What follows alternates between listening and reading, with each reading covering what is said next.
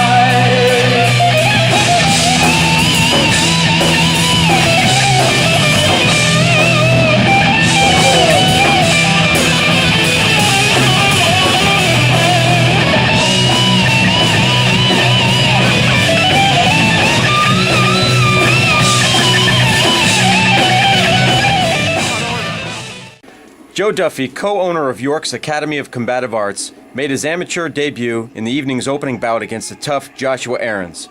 Duffy was game, taking some hard shots right on the chin, but succumbed to multiple takedowns. Under the tutelage of second-degree black belt Daniel Beleza, Duffy went for a Kimura, but Aarons' strength won out, and Aarons took the fight by unanimous decision, winning the Warrior Challenge's 125-pound championship. In a 135-pound fight, Mace of Red Lions John Andell squared off against Ray Eltringham. Eltringham punished Andell standing up, and Andell in turn was relentless in going for the takedown. In the second round, Andell finally got it, going for mount and delivering elbows to Eltringham's midsection. Andell got the takedown in the third as well, moving to a scarf hold. The two traded submissions, and the bout ended with Andell getting the split decision and Warrior Challenge's 135-pound championship. Weighing in at about 160 pounds each, Mark Cugliari of The Edge in New Jersey and Robert Eno of Liskey's fight team in Elizabethtown squared off. Eno, who had a huge, loud following, moved in quick with knees and a big slam. The second verse was same as the first, as they say, with more thunderous slams from Eno. Cugliari attempted an armbar, but Eno squashed it. And Eno finished the fight with a guillotine. Lancaster's Get Real Martial Arts Dustin Keener faced off against Jeff Runk, who hails from Broad Top, Pennsylvania. The 270-pounders went at each other. Runk had Keener's back at one point, but Keener reversed and the two traded scarf holds. Despite two stand-ups by the referee, Keener and Runk continued to battle, with Runk going for an anaconda choke in the second round and a Superman punch in the third. The two fighters were class acts all the way, laughing and hugging it out after the fight, and Runk won with a unanimous decision.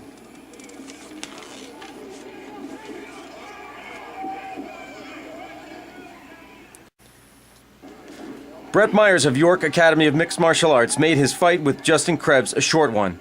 Krebs, who trains with Slomsky's fight team in Middletown, scored a takedown and attempted to stack when Myers went for the triangle, but he was too late as Myers made a slick transition to an armbar, getting the tap out and Warrior Challenge's 170-pound title.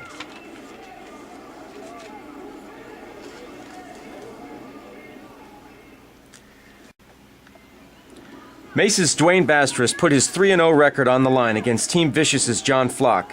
After a takedown, Bastris pounded on Flock's chest with heavy fists. Bastris stayed a few steps ahead of Flock the entire fight, using his wrestling skills to the maximum. A hip toss in the third, followed by a mammoth takedown, both by Bastris, were crowd pleasers. Bastris took the bout by unanimous decision, amid rumors he might turn pro at his next fight.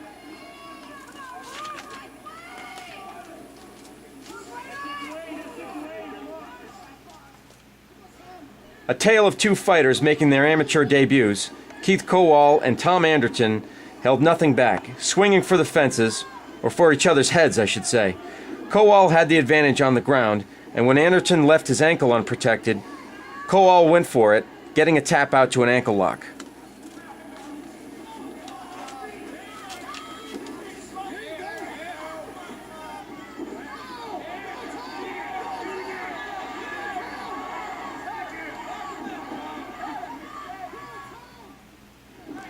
Academy of Combative Arts' Josh Kessler looked to rebound from his loss at the last Warrior Challenge to Dwayne Bastris. Facing Robert Haley, Kessler controlled from the top and slugged away with Haley on the feet. In the second round, it was all Kessler. Knockdown, to side control, to mount, to key lock tap out. Just like that.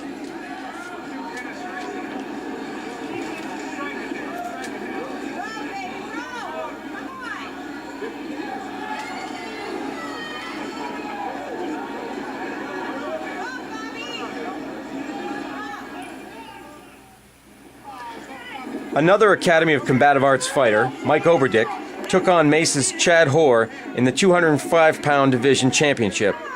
Hoare pitted his big slams against Oberdick's jiu-jitsu, and it paid off. But it was Hoare's striking that won him the title in the third, when he scored a TKO against Oberdick. And get this, that was Hoare's debut. Watch out for this kid.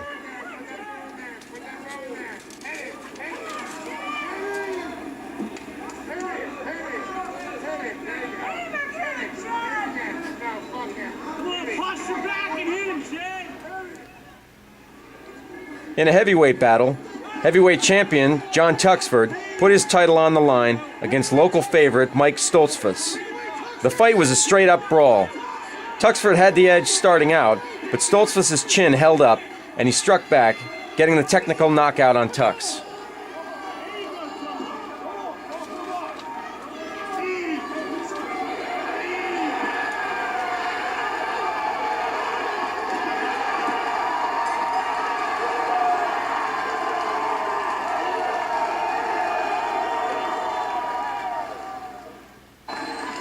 Moving on to the pros, Mace's Justin Scott made his pro debut at 145 pounds against Tim Wade. Wade used his length and his high kicks to keep Scott at bay, but a hard strike from Scott knocked Wade down. Going in for the kill, Scott pounded on Wade, then went for the rear naked choke, where Wade tapped out.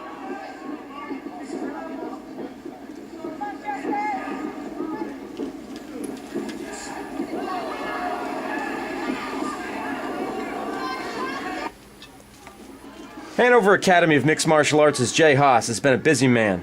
He's got his own academy in Lewisberry, he still trains with Bob Bittner in Hanover, and he's been working on his ground game with Brazilian Jiu-Jitsu purple belt George McGinnis at York Mixed Martial Arts Academy. It showed as Haas got Sean Santella in an armbar, but when Haas thought Santella tapped, Haas released the submission, allowing Santella to secure a knee bar on Haas and the tap out.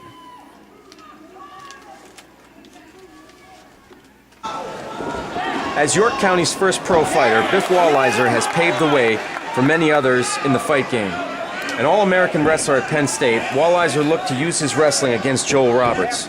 Roberts was game, matching moves with Walliser. At one point, Roberts had an omoplata on Walliser, but the Red Line school teacher appeared impervious to pain, refusing to tap. He also then trapped Walliser and got a ref stoppage by strikes. Still, it was a valiant effort by Walliser. In the evening's main event, two well-traveled heavyweight warriors, Braden Bice and Randy Smith, squared off for the second time. 2 years ago, Bice knocked out Smith. Under the tutelage of UFC fighter Tamden the Barncat McCrory, Smith improved vastly, scoring a takedown, mount, and then verbal submission by strikes against Bice.